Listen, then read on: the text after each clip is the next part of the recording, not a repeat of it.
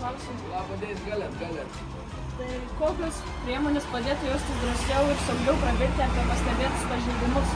Aš manyčiau, kad reikėtų su kuo nors pasišnekėti, su šeima, su draugas kokias, padrasinti.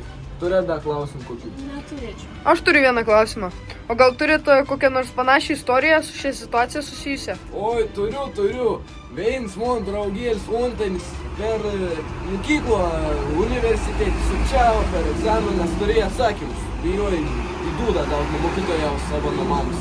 Tai vienu žodžiu, kitus katin pradėjo, jeigu būtų atsukams laiks, aš tikrai pasakyčiau kam nors.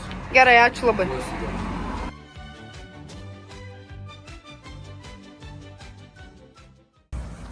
Pone, galim paklausti klausimą.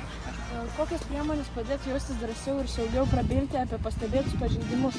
Tai aš manau supažindinti visuomenę su korupcijos problemomis ir leisti pranešti apie pažeidimus anonimiškai. Ačiū. Visų nuomonės labai skirtingos, bet labiausiai išryškėjo šios. Sukurti išsamias švietimo kompanijas, kurios būtų prieinamos tiek internetu, tiek tradiciniais būdais, pavyzdžiui per mokyklas, darbo vietas ar viešasias įstaigas.